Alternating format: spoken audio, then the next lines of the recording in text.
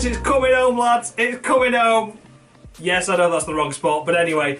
Right, hi guys, and welcome back to the British Grand Prix Crawl Wall. And wow, what another race yet again. We had the two top teams mixing it up. We had Red Bull getting themselves stuck in there as well. We had the B teams battling and falling out with each other. What an incredible, incredible race. Honest to God. The safety car once again made the excitement, of course, but what a fantastic, fantastic British Grand Prix. And yeah, a great comeback drive by Lewis Hamilton. Couldn't bag the win, but we'll come to that in a second. So, of course, the race winner was Sebastian Vettel. Got the lead off the line after qualifying in P2. Yeah, Sebastian Vettel only half a tenth off of Lewis Hamilton in qualifying, which is, of course, an amazing effort because it looked like Mercedes would have the edge.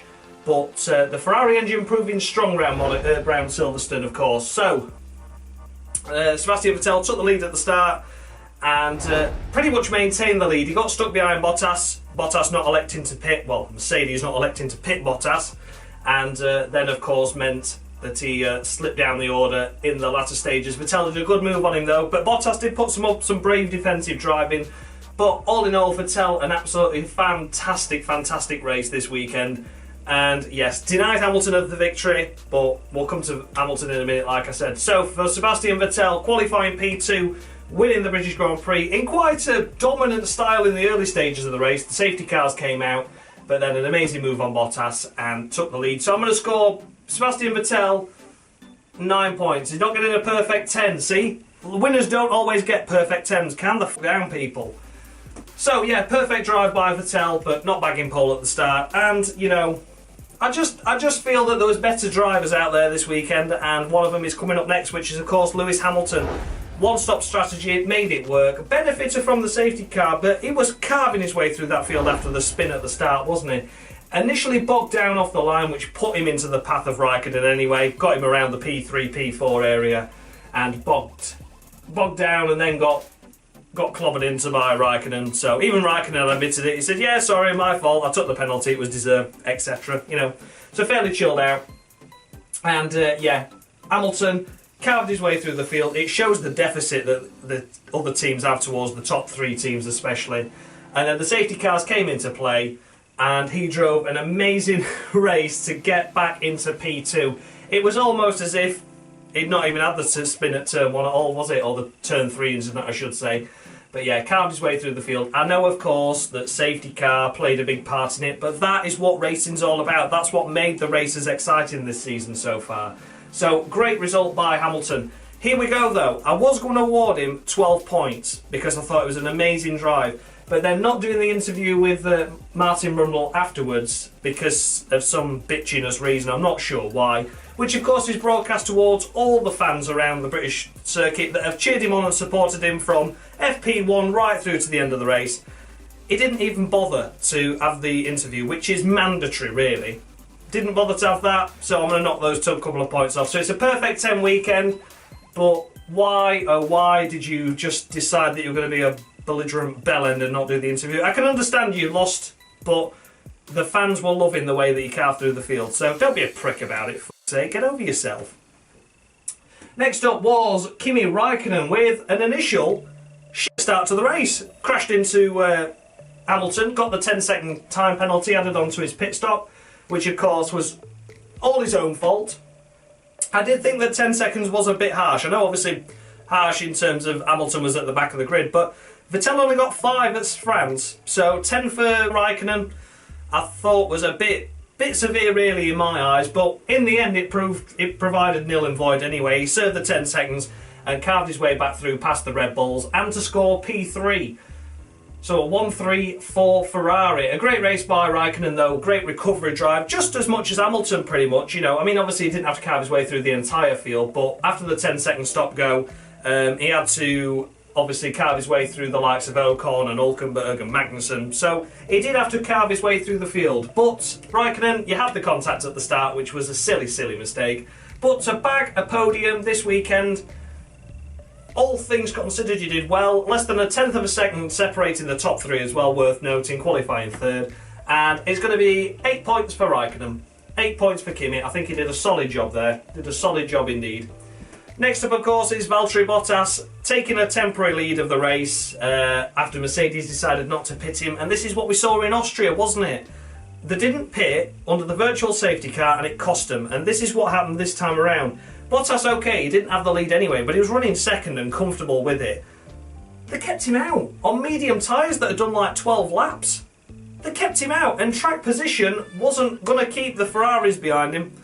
And it didn't keep Hamilton behind either, although that was a slightly easier overtake as it being his teammate, of course. But Valtteri Bottas, what a shame, and the luck is just not with him. The luck is just not with him. Mercedes let him down with that strategy. Unless it was a plan to help Hamilton, we don't know, of course. I doubt it, but at the same time, anything's possible with these top teams. We saw what Ferrari were like with Raikkonen last year.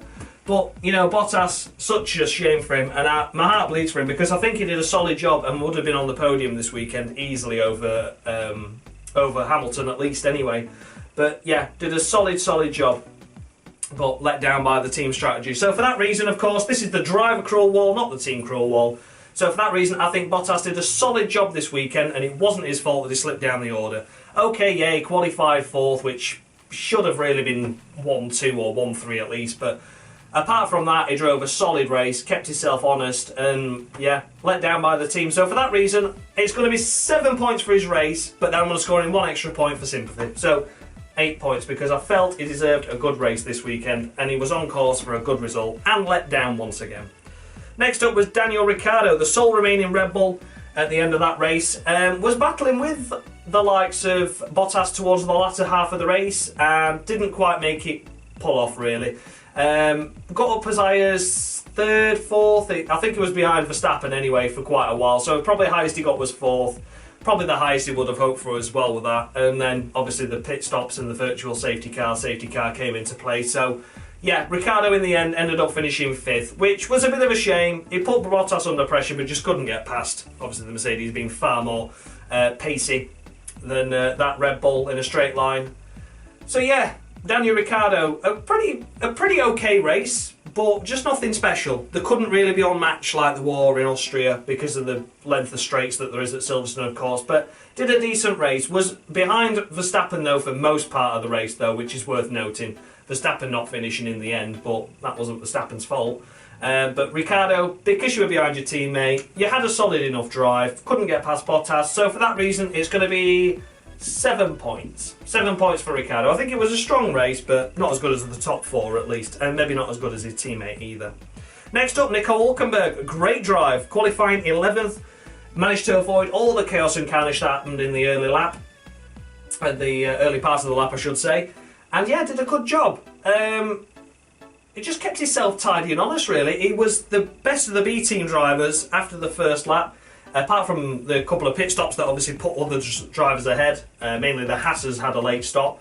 But Hülkenberg, in the end, to come from 11th, in a circuit that it looked like Renault would be struggling, with Sainz going out in Q1, of course, as well, to be 6th place and strong with it. I mean, he was, in the end, actually 1.7 seconds ahead of Esteban Ocon. So he'd got that maintained, that 6th place was safe. So, I mean, it looked as though maybe the Force Indias and the Haasers would have better pace than the Renault, but we know what happened to the Haasers. But yeah, Hülkenberg, a solid weekend. You had a brilliant drive, actually. Poor qualifying, but that was the pace of the car, but you turned it around. Obviously, you got a race strategy in mind, not a qualifying strategy in mind. So, brilliant result for Renault. And that is going to be 8 points on the board for Nico Hülkenberg. I think he did a solid job there. Next up, of course, was Esteban Ocon, as mentioned. 6 points on the board for Force India, a strong result. Was running in the points for most of the race, qualifying 10th and running 8th for pretty much all of it. And then obviously the retirements ahead boosted him, of course. Verstappen being the latter part, and the Haasers as well. The Haasers just didn't get their act together this weekend and he slipped past those. So Esteban Ocon, a solid drive really. 7th place, 6 points on the board. Worth mentioning, a great effort, especially to get into Q3 as well. At the Silverstone Home Grand Prix for them, of course. Despite being called Force India, the base just over the road. I can imagine that's really annoying for them to have to pack everything up in trucks just to drive less than a half of a mile. I'd just push it all, to be honest, but there you go. So yeah, a great result for Esteban Ocon, and he's going to have the same amount of points as Nico Hülkenberg. He can have 8 as well, because that was a good drive, a solid effort there by Ocon, and was pleased by it. I didn't expect that to happen. Of course, we know reliabilities, etc., but yeah, good drive by Ocon, drove a smart race. Next up was Fernando Alonso, P8 for McLaren. Yes, he drove well, but yeah, it's just not really want to see McLaren, is it? I don't know what to say, because Alonso, I know he's trying to perform as best he can in that car, but it's just never anything really special, is it? He got past Magnussen in the latter stages. I think Magnussen's tyres had cried enough. So towards the latter couple of laps, he did get past K-Mag, which is, of course, a great, you know, a couple more points on the board for McLaren there, of course. And yeah, Alonso did a solid job. But yeah, I'm just not as impressed as what I expected from Alonso. But he is, I know he's overdriving the car, but I just want to see more from McLaren. And Eddie Jordan hit the nail on the head with his video clip that he performed, of course, about how Williams and McLaren were doing, and saying that they were struggling. So for that reason, Fernando Alonso, a great drive, but yeah, 8th place is okay, but not where I want to see you. So 7 points for Fernando. Next up is Kevin Magnussen, finishing P9. A couple of points for Haas. You'd have expected a lot more after qualifying, wouldn't you? Being best of the B team, 7th and 8th.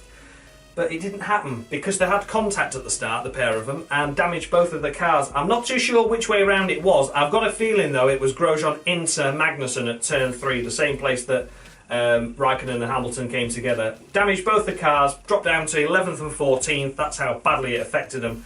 And they remained out the points for pretty much all the race. It was only due to the strategies of safety car strategies that they moved themselves back into the points. Well, Magnussen did anyway.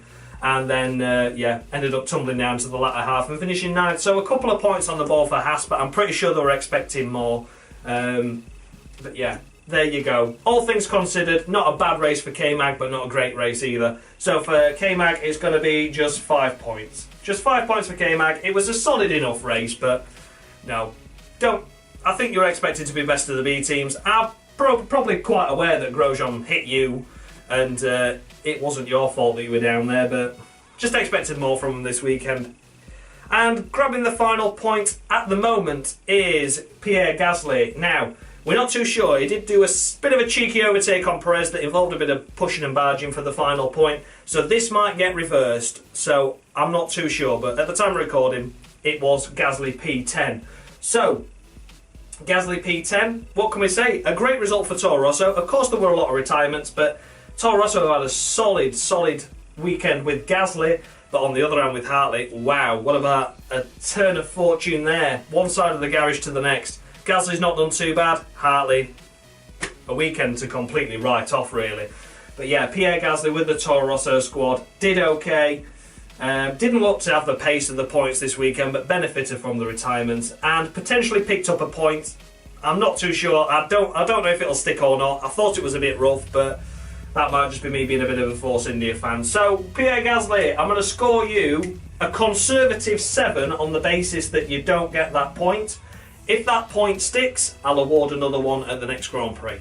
So, of course, next up is Sergio Perez, finishing P11, and yeah, he got himself in a bit of a tiz at turn 1, and yeah, spun himself round. Nearly got collected by the 2 Williams exiting the pit lane, which was quite interesting. Yeah, that would have not gone down well if that happened, because I thought that the cars had to be fully past turn 1 before the cars were released from a pit lane, but obviously I'm mistaken with that rule, and I think that needs looking at, because that was dangerous. But yeah, Perez had a spin, they pitted him early, and then pitted him again under safety car, the first one of course, and that put him up there in around 12th, and then when everything else was attacking him, taking out in front, he slipped his way through the field and carved his way up to P10, and then got bullied out of the way by that final point of Pierre Gasly, of course. So a solid weekend for Perez, but not as good as Ocon. Ocon out-qualified him and out-raced him hands down this weekend. Perez's spin was his own fault. He did make a good recovery drive, but, you know, Ocon's really showing him up this season, I must say. I know Perez got the podium, but Ocon didn't really have a chance to deliver that race. But yeah, Sergio Perez, great race.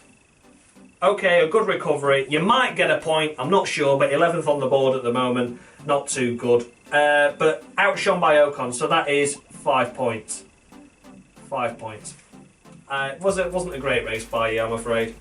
Next up, in P12 was Stoffel van Dorn, and once again, nowhere near the points like his teammate Alonso. I don't really want to go too much into Van Dorn, really, because it was just a disappointment. I think he was out in Q1 as well. So I've just sort of really lost faith in him. Last year, I thought he did a solid job with the shite car he had. This year, he's got a car that's capable of delivering a little bit more, but he's just not making the best of it. At the start of the season, it was fine, and now he's just falling down the field like a lemon, really. He got Palmer of the Week last week as well, but yeah, I'm going to score him just 1 point. I'm not really too bothered about Van Dorn. It's just not fighting in the points, and I know it must be dejecting because the car's not as good as anyone expected, but I think you'd have had a lot more points now than what you've got. I think you should have, at least, anyway. So there you go, that's just my thoughts on that. And then we come to the two Williams, the last two finishers of the race, of course. Finishing 13th and 14th, not a lap down, but that's due to safety cars and allowing sort of lap themselves. And it was Stroll ahead of Sorokin this time, and wow, that makes all the difference, doesn't it? They spanned themselves off in practice, spanned themselves off in qualifying, and yeah, just was lumbering around at the back like, right, Billy's in the race. So for that reason, it is going to be no points and no points, because that's how we roll. So then we come to the retirements, and the first of the retirements on this list, of course the last in the race, was Max Verstappen, running around in P3 for quite a while after the incident at turn 3, and then slowly slipped down the field. The pit stops didn't help him, and yeah, was running around 4th and 5th then. Raikkonen got past him. He did a great move round the outside of Raikkonen at Luffield to keep the position though. That was worth noting. That was a very impressive drive. But yeah, eventually the faster Ferrari got through.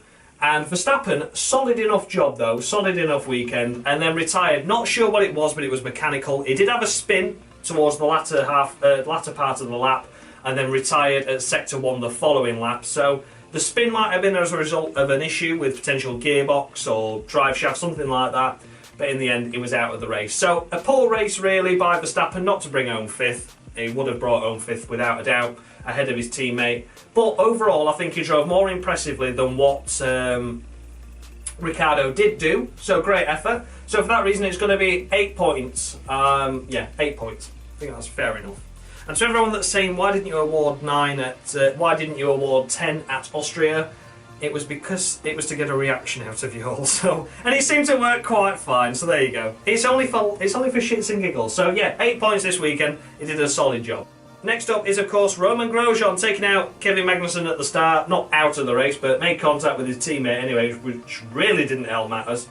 And then ploughed into the side of Sainz after a small correction issue at Copse. So yeah, crashed in practice as well as course, so that wasn't very good by Grosjean. And in the end, just a sad race. His seat is in doubt, isn't it? His seat is definitely in doubt now.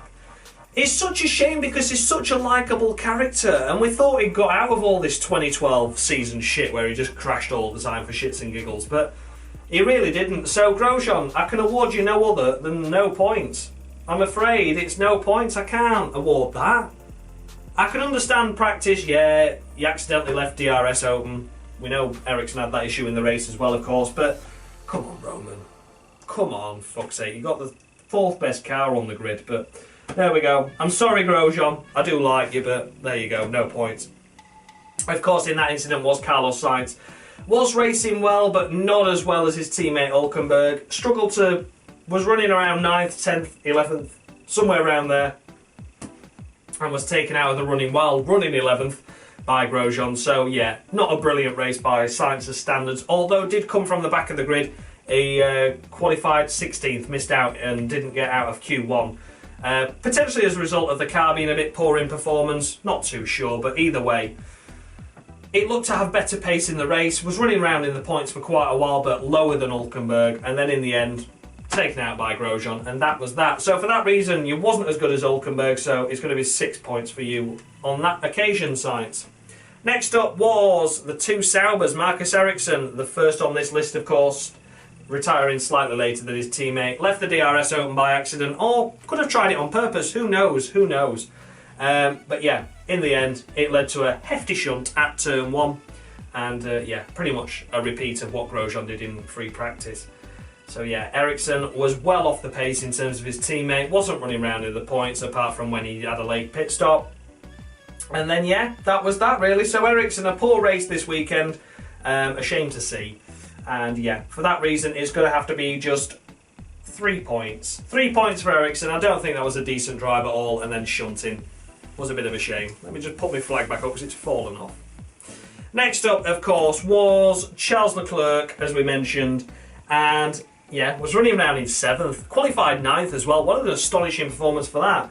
And people keep saying, oh, you're scoring Leclerc high all the time, but he's delivering. He's delivering in a Sauber, for Christ's sake. But this weekend, it came unstuck. We're not too sure if it's a wheel nut issue or a problem at the pit stop. They had a fast pit stop with that car, and then he retired after coming out of the pits. It didn't seem like he could get drive, but that could have been as a result of the left rear potentially not on. We saw 3 of the corners anyway, but we didn't see the left rear, so it could have been that one that was the problem and not fastened on right, which was a great shame. 7th was possible this weekend, I would say. He was running around in 7th for quite a while of it, so of course we don't know what would have happened in terms of the safety cars, whether Sauber had made a right call or wrong call, but nonetheless, Leclerc, a solid weekend once again, and the interview is so modest with the interview, taking the positives from a weekend. That's what we need to see in drivers, more of that needs to be seen. So well done, Charles Leclerc. I'm not going to score you a perfect 10 this weekend, of course, but I think it's going to be a solid 8 because we don't know what had happened after that safety car, but you did deliver up until the point where you had a failure that wasn't your fault. So congrats, well done. And last of the retirements, I mean, did he even start? I think he did a lap. Brendan Hartley. My heart bleeds for the bloke. I mean, FP3, a suspension failure, into the wall, couldn't qualify because there was too much damage, and then an engine issue. They changed the engine overnight, and it just doesn't look like they got the act together, and that was that. So yeah, Brendan Hartley. I've got to score you something because it wasn't your fault that you didn't race and you didn't qualify, and yeah, I mean, I don't even know really what. I know you was off terms of pace in FP1 and FP2 in regards to Gasly, but you just couldn't deliver, could you? Honestly, I've got my heart bleeds for him, so I'm going to award him. I normally, when stuff like this happens, award 5 points. That's my rule of thumb. But we've not had to do it this year, but we have now. But I'm going to award him 7 on the basis of sympathy, really. It's going to be 5 points for not really being able to show what he was capable of, and 2 sympathy points, because he's getting a lot of stick from a lot of people, Hartley, and I don't think it's deserved, because that's another weekend where it wasn't his fault. But he's out anyway. So there you go. That was the Cruel Wall, and of course it's time for Palmer of the Week, so I'm going to go get him. He is here, despite the fact it's the British Grand Prix. He's here anyway, so I'll go get him now. Jolyon! Your services are required once again, Jolyon. Here he is, everyone. It's Jolyon Palmer for Palmer of the Week. Is it coming home, Jolyon? It is, isn't it? See, he knows.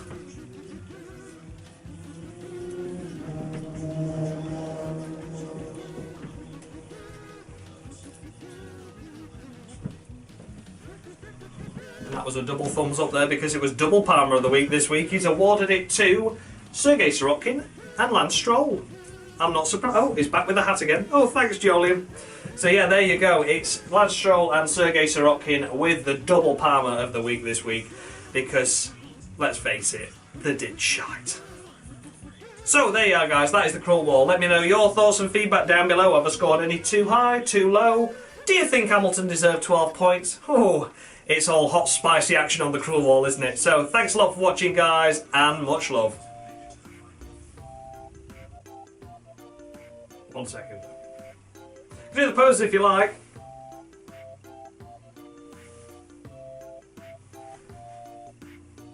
That'll do. Right, I'm going to run in.